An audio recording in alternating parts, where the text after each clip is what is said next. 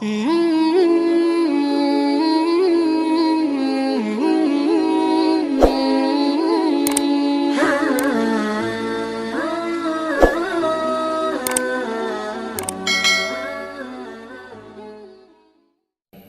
kesempatan yang singkat ini, izinkan saya menyampaikan sebuah wasiat seorang ulama yang bernama Syekh Abdul Aziz bin Baz.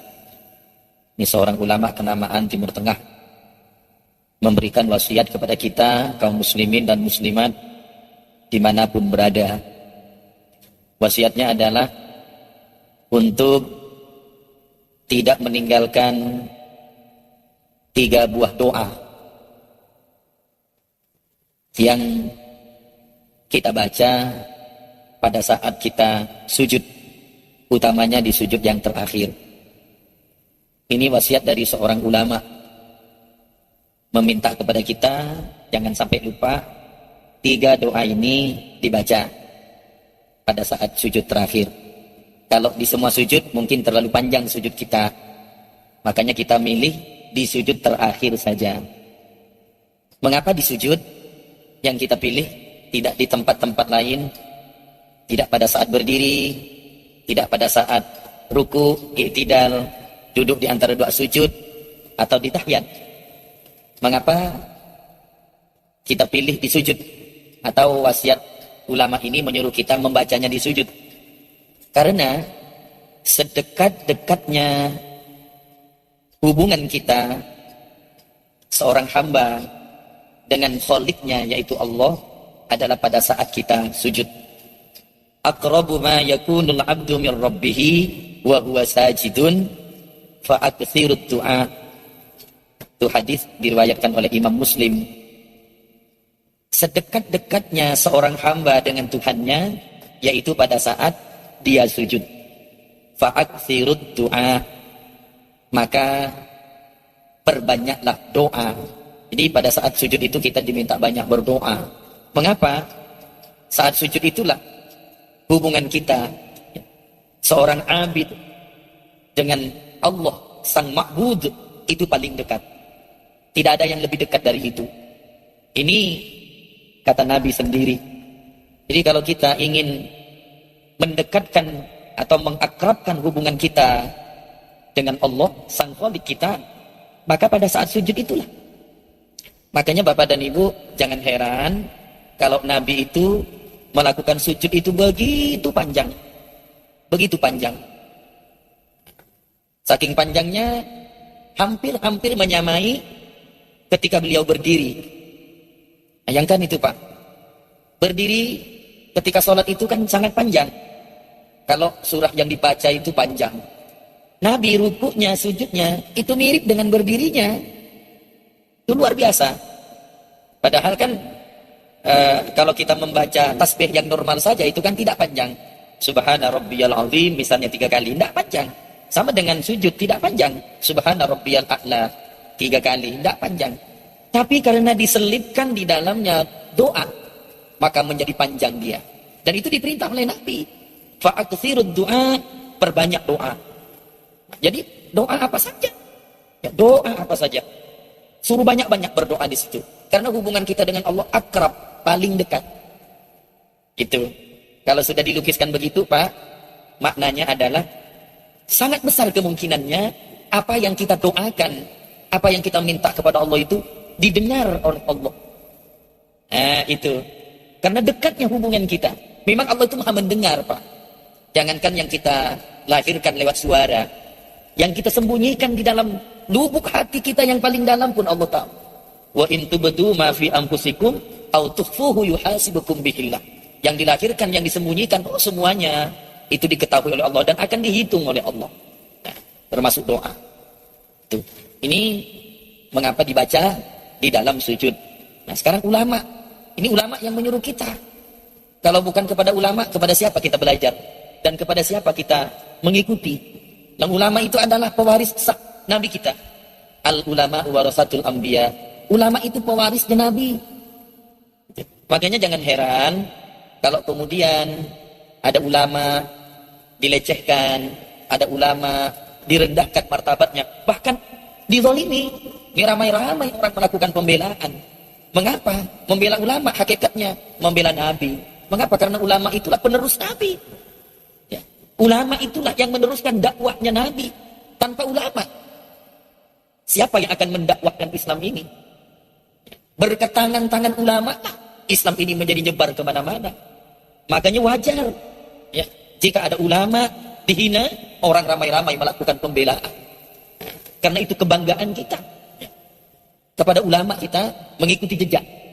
Kita belajar kepada beliau-beliau itu. Baik belajar secara langsung maupun tidak langsung melalui kitabnya, melalui karya-karyanya. Kita belajar kepada mereka. Oleh karena itu, ya, kita ikuti, ya, apa yang dinasihatkan, apa yang diwasiatkan oleh ulama. Termasuk ini. Nah, ini Syekh Abdul Aziz bin Baz mewasiatkan kepada kita untuk membaca. Mudah-mudahan 3 doa ini, walaupun sekilas saya sampaikan nanti, salah satunya ada yang nyantol, ada yang diingat. Alhamdulillah kalau 3-tiganya. Ini doa sudah familiar, sudah terbiasa, hanya mungkin kita tidak membacanya selama ini. Yang pertama adalah, Allahumma inni as'aluka husnal khatimah. Ini kan biasa Pak, kita dengar doa ini. Allahumma inni as'aluka husnal khatimah. Ya Allah, aku mohon kepadamu, atau aku minta kepadamu, husnul khatimah. Baik penghabisan. Nah, kita kan berlindung kepada Allah Pak, min su'il khatimah, dari jelek penghabisan. Tidak ada yang kita dambakan di dunia ini Pak, kecuali di penghujung hayat kita itu dalam keadaan baik, dalam keadaan husnul khatimah. Itu yang kita minta. Siapa yang menjamin bahwa kita itu husnul khatimah? Tidak ada. Ya, ulama sekalipun, abid sekalipun, tidak ada yang menjamin yang bersangkutan husnul khotimah, tidak ada. Makanya kita minta kepada Allah. Jangan lalu mentang-mentang kita selama ini merasa sudah takwa, merasa sudah begitu taat, merasa sudah menjalankan semua perintah agama, sudah memastikan diri kita husnul khotimah. Tidak bisa. Apakah husnul khotimah atau su'ul khotimah? Itu hak prerogatif Allah semuanya. Makanya kita minta. Jangan sampai di ujung hayat kita dalam keadaan su'ul khotimah. Itu tidak bisa Pak. Kita pastikan, saya pasti husnul khotimah, nggak bisa. Nggak bisa. Kita mau mati seperti apa? Penyebab kematian kita apa? Di mana kita mati? Tidak ada yang tahu. Kondisi kita mati seperti apa? Husnul khotimah atau su'ul khotimah, nggak ada yang tahu. Makanya wajar kita minta, Allahumma inni as'aluka husnal khotimah. Ini mudah-mudahan bisa diingat. Allahumma inni as'aluka husnal khatimah. 1. Yang kedua, Allahumma rizukni taubatan nasuha qoblal maut. Ya Allah, karuniai hamba taubat nasuha sebelum mati. Itu yang kita minta. Taubat nasuha itu taubat yang sungguh-sungguh. Taubat yang membawa kita tidak melakukan lagi maksiat, mungkarat, dosa kepada Allah. Selama kita mengulangi dosa yang kita lakukan, belum nasuha kita Pak. Taubat kita hanya taubat reguler saja, taubat harian saja. Yang kita minta adalah taubat nasuha, taubat yang betul-betul tidak lagi membawa diri kita masuk kepada lembah dosa. Itu taubat nasuha. Itu yang kita minta sebelum mati. Sebelum mati.